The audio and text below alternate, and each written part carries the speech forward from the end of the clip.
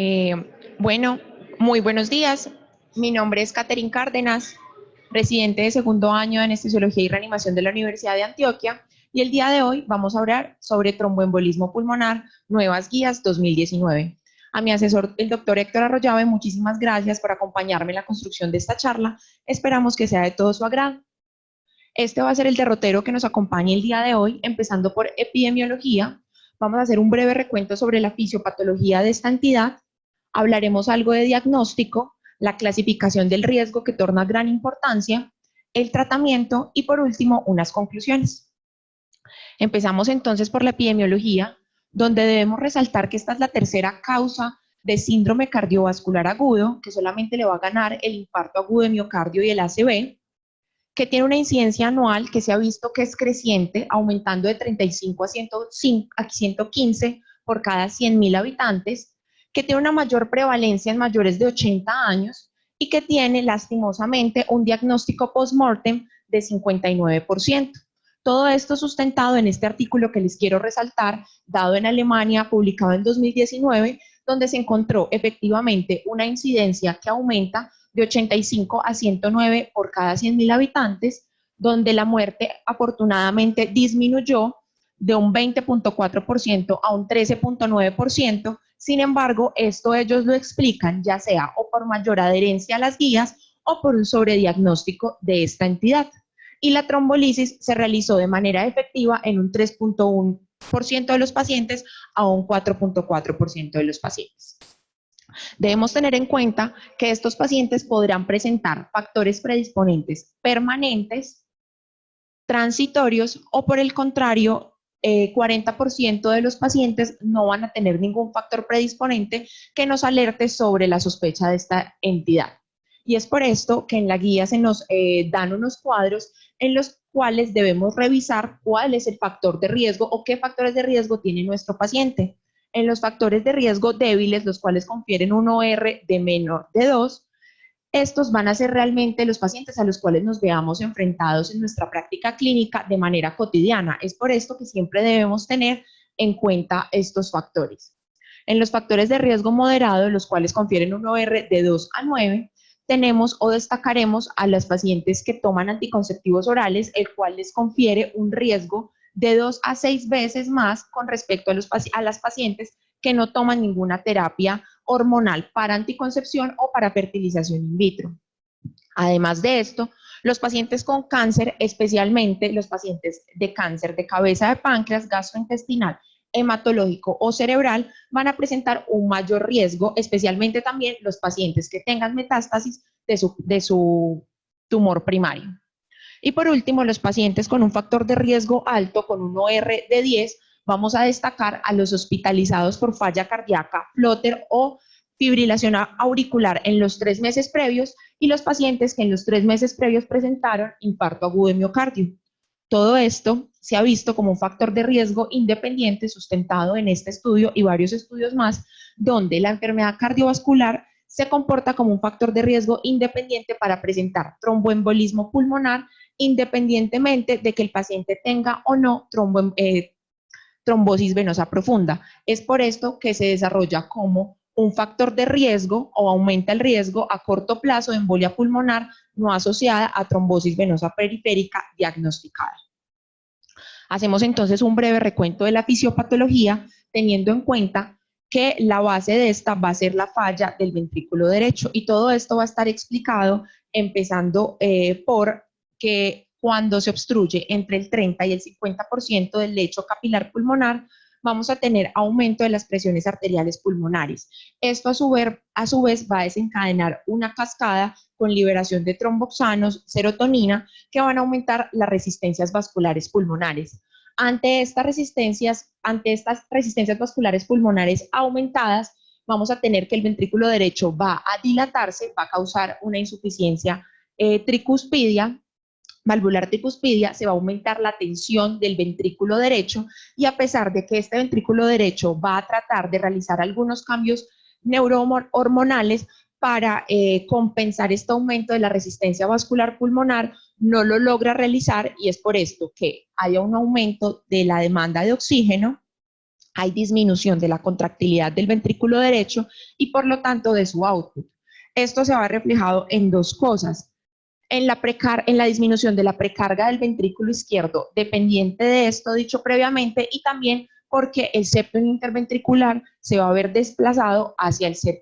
el ventrículo izquierdo. Esto va a hacer una disminución en el gasto cardíaco, por lo tanto en la presión sistémica, y va a llevar a un shock obstructivo y por último a la muerte. Entonces, ante estos pacientes vamos a tener una presentación clínica la cual es variada y no vamos a tener ningún signo o síntoma que sea patognomónico de la enfermedad. Es por esto que debemos tener como un bajo umbral o una alta sospecha ante cambios hemodinámicos que presenten nuestros pacientes. Entonces, los pacientes van a poder presentar disnea, la cual puede ser súbita y severa cuando se presentan infartos pulmonares centrales. También puede presentar hemoptisis. Dolor torácico se presenta principalmente cuando los pacientes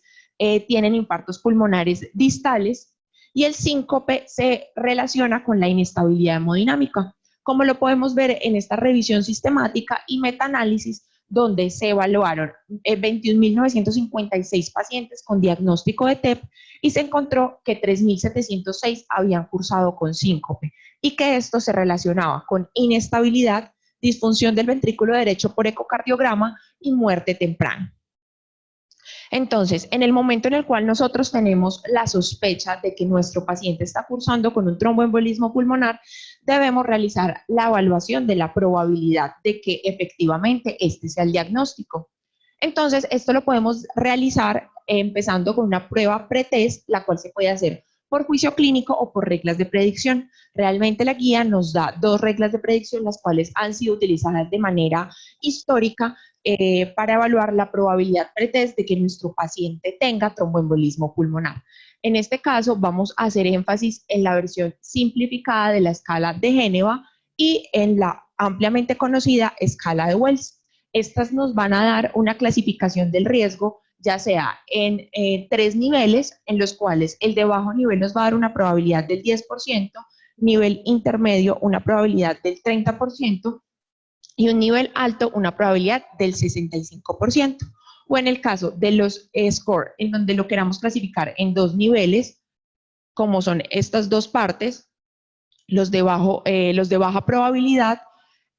van a tener una probabilidad del 10% y los de alta probabilidad una probabilidad del 30 al 40%. Entonces, una vez evaluamos qué factores que tenemos acá va a tener nuestro paciente dándole prioridad, por ejemplo, a la taquicardia sinusal, que va a ser el ritmo que más frecuentemente presentan estos pacientes, entonces voy a decidir si mi paciente tiene una alta probabilidad, una probabilidad baja o una probabilidad intermedia. Si tenemos una alta probabilidad, este va a ser un paciente que se remita directamente a ayudas diagnósticas de imagen, las cuales nos ayuden a comprobar el diagnóstico. Sin embargo, cuando tenemos una probabilidad baja o intermedia, debemos realizar otro tipo de paraclínicos, los cuales nos ayuden a saber si este paciente se beneficia o no de otros estudios. Y es por esto que el dímero D continúa cobrando importancia. Sin embargo, en esta guía se le da un cambio a su interpretación por medio de este estudio, el ADJUST, en el cual se quería validar el límite ajustado a la edad de dímero D, el cual se calcula edad por 10 en mayores de 50 años, y se quería saber si había un mayor rendimiento diagnóstico cuando el dímero D se ajustaba a la edad. Se encontró entonces que de los pacientes a los cuales se les aplicó esta nueva regla, solamente uno de ellos tuvo tromboembolismo pulmonar, teniendo una dímero D superior a 500 e inferior a su valor de límite de corte. Es por esto que ellos concluyen que entre los 766 pacientes mayores de 75 años, que es donde esta regla de predicción ajustada a la edad es mucho más sensible y específica, el límite ajustado a la edad aumentó la exclusión de un 6.4 a un 30%. Entonces, y además de eso, el estudio YEARS, el cual compara el dímero D de manera estratificada, teniendo en cuenta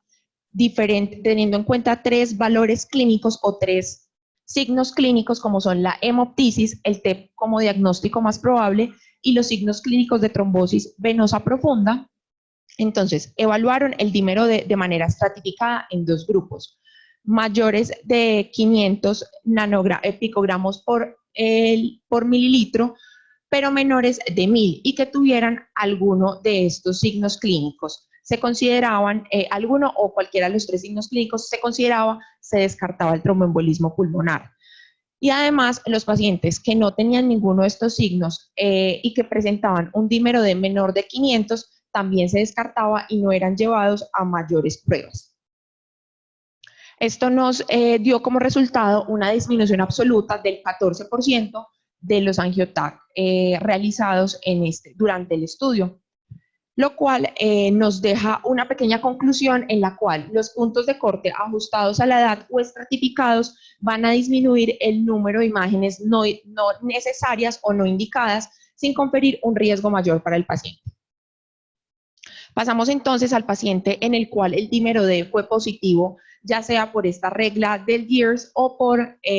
un dímero D ajustado a la edad superior a su límite, y le vamos a realizar un angioTAC. El angioTAC tiene una sensibilidad del 83% y una especificidad aproximada del 96%. Y vamos a tener dos posibilidades: que el angioTAC sea positivo o que el angioTAC sea negativo. En caso tal de que tengamos un angioTAC negativo y una probabilidad baja pretest, vamos a tener un valor predictivo negativo del 96%. Al igual que si tenemos una probabilidad intermedia, un valor predictivo negativo del 89%. Esto nos deja de manera un poco más tranquila el hecho de que nuestro paciente tenga un angioTAC negativo que probablemente no tenga un tromboembolismo pulmonar. Sin embargo, ante la probabilidad pretest alta, vamos a tener un valor predictivo negativo de solamente el 60%. Esto quiere decir que 4 de 10 pacientes van a quedar excluidos del diagnóstico y por lo tanto con un angioTAC negativo y una probabilidad pretest alta no puedo descartar el diagnóstico de tromboembolismo pulmonar.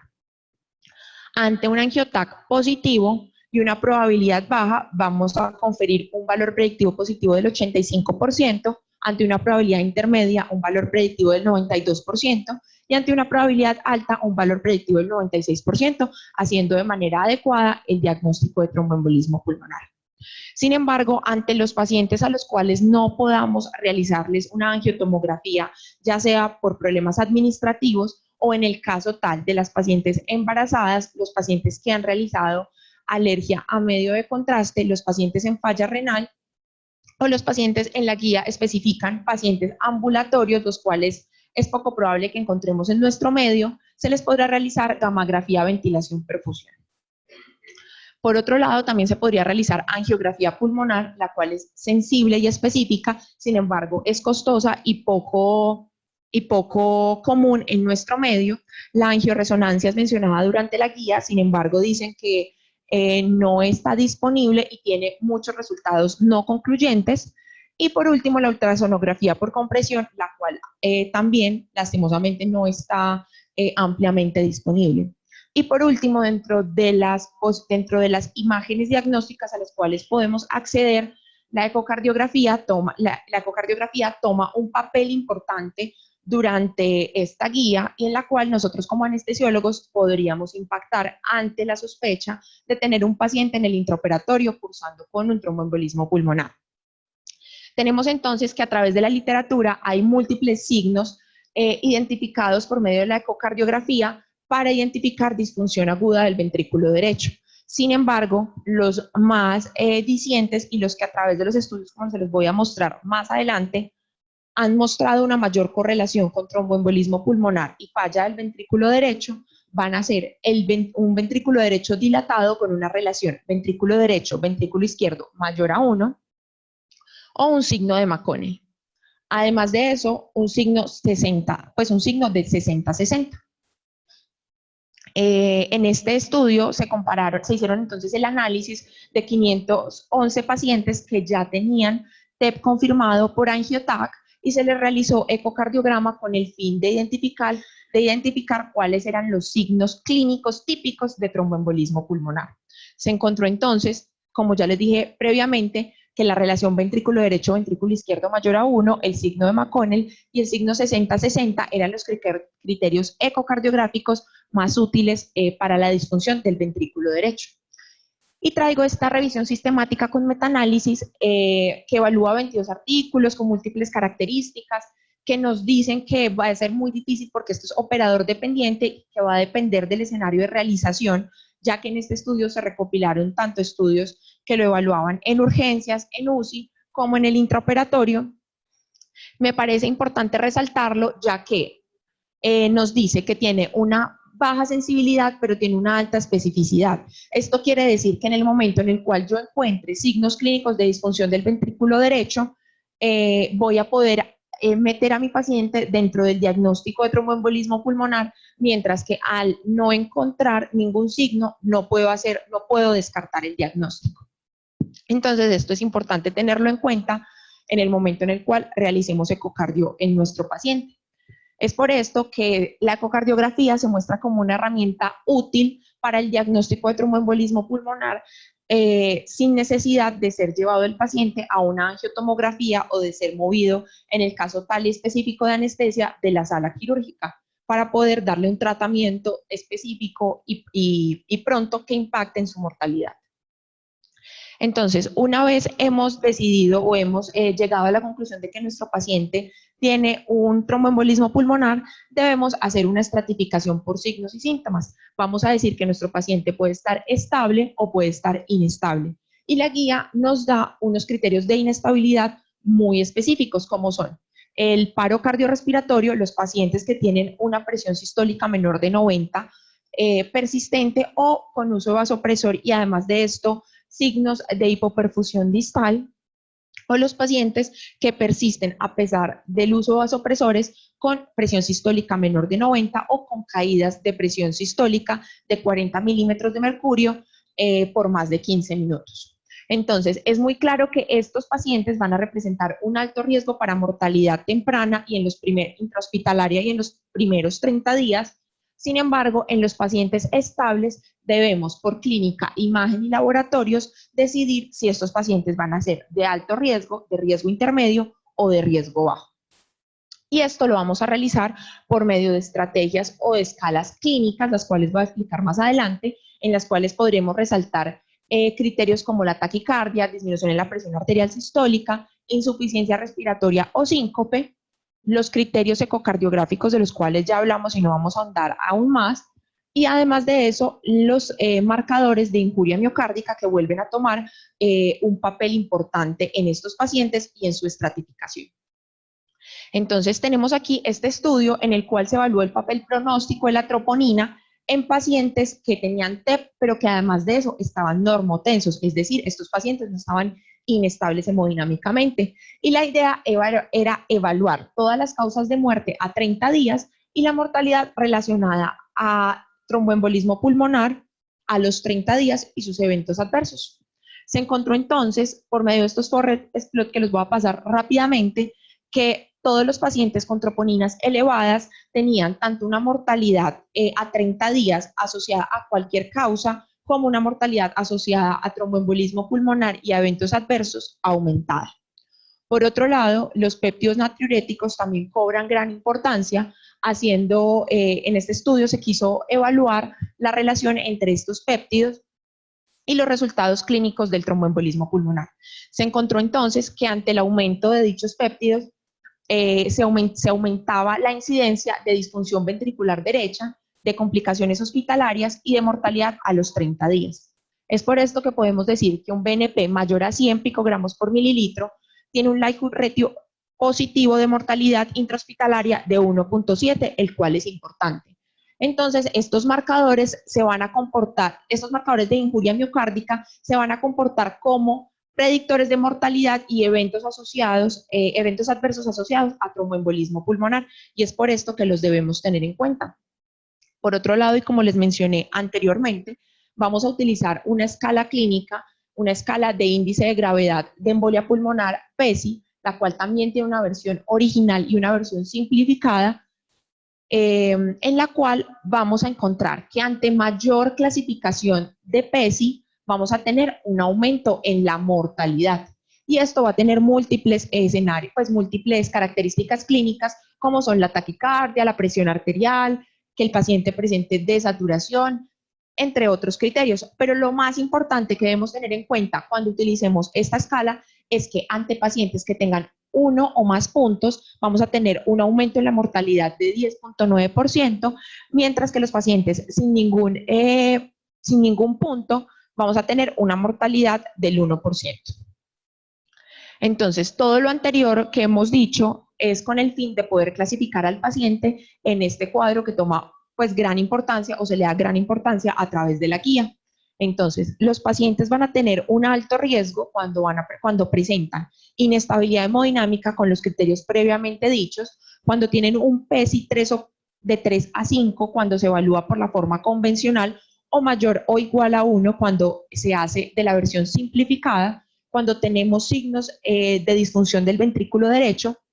y además de esto, cuando tenemos elevación de troponinas o de marcadores de injuria miocárdica.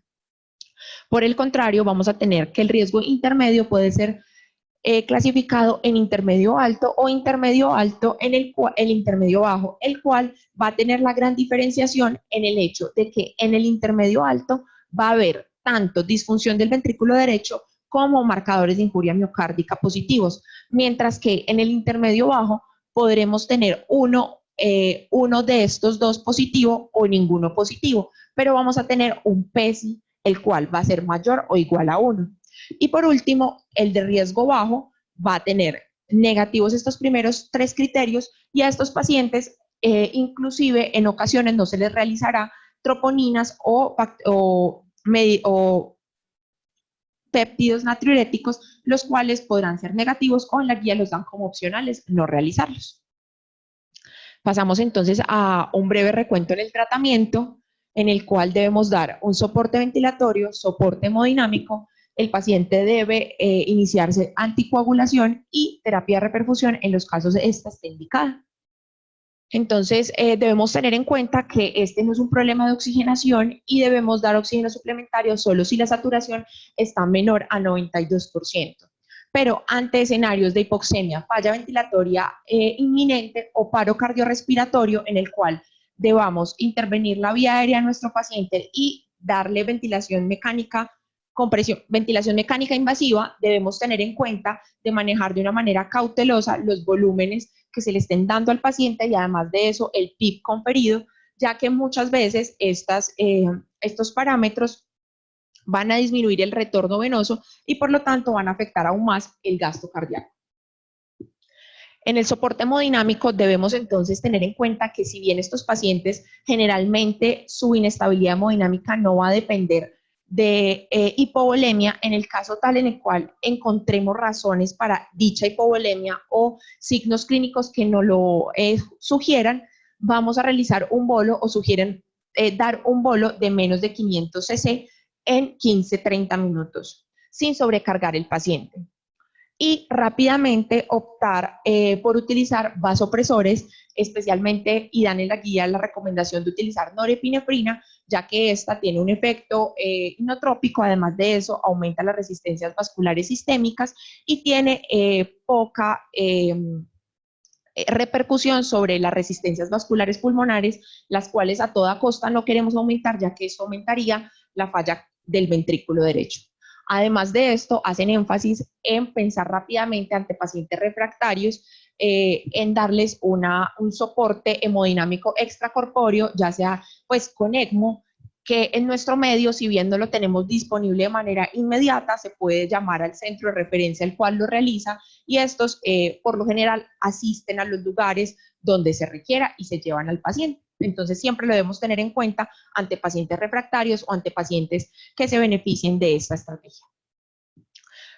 Pasamos entonces a la anticoagulación, donde esta se va a realizar inicialmente y preferentemente con heparinas de bajo peso molecular. Las heparinas no fraccionadas van a ser ideales o guardadas para pacientes con tasa de filtración glomerular menor a 30 cc por minuto o cuando los pacientes presentan obesidad severa. Y los nuevos anticoagulantes, como muestra esta revisión sistemática y metaanálisis, están cobrando una gran evidencia, ya que muestran ser seguros y eficaces en el tratamiento, en la anticoagulación de los pacientes con tromboembolismo pulmonar asociado a un menor riesgo de complicaciones de sangrado, lo cual es importante para nuestros pacientes.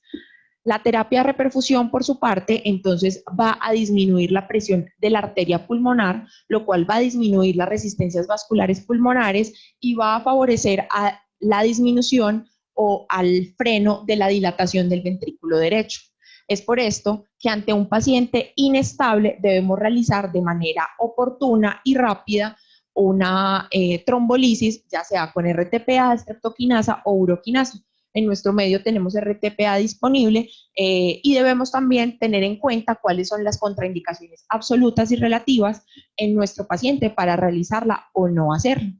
Está muy claro entonces que estos pacientes con inestabilidad hemodinámica se benefician de la trombolisis en un periodo de primeras 48 horas. Sin embargo, en la guía dejan abierta la posibilidad de ser realizada cuando el paciente presenta síntomas 6 a 14 días previos al episodio de inestabilidad hemodinámica.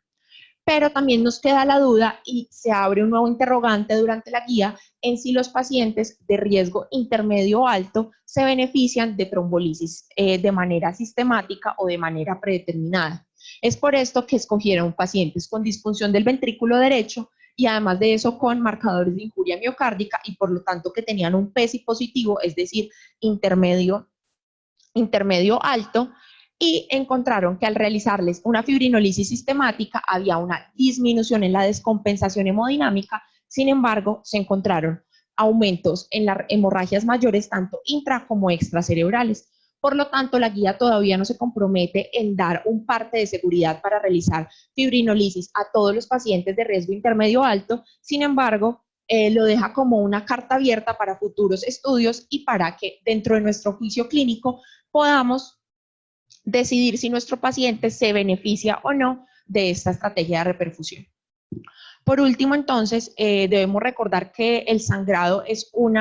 evento adverso durante tanto la anticoagulación como la fibrinolisis, que generalmente se presenta hasta en un 3% cuando los pacientes están con antagonistas de la vitamina K, que tiene una reducción del riesgo de hemorragia mayor en un 40% cuando se utilizan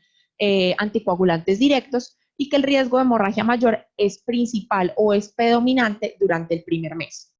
Que este riesgo de sangrado va a estar relacionado, además de eso, con la edad avanzada, con que el paciente haya presentado hemorragias previas o presente anemia, que tenga un ACV previo, que tenga cáncer activo, que presente una enfermedad renal o hepática crónica y que además de esto esté anteagregado o con el uso crónico de AINES. Entonces, para terminar, esto es como lo nuevo o lo que encontramos con el doctor Arroyave como lo más importante y para resaltar en esta guía que impacta para nosotros. Entonces, hubo un cambio en el corte de dímero D, haciéndolo ajustado a la edad o utilizando cortes estratificados como el YEARS, y que este punto de corte ajustado a la edad disminuye el número de angiotacs no necesarios realizados en los pacientes, y es por esto que además de eso cobra importancia la clínica y las ayudas diagnósticas no radiológicas como son el ecocardiograma, el ecocardiograma, y además de esto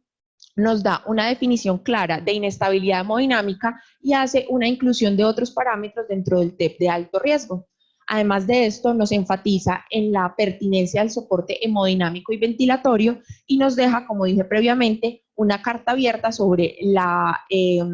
pertinencia de realizar trombolisis también en pacientes con riesgo intermedio alto. Muchas gracias.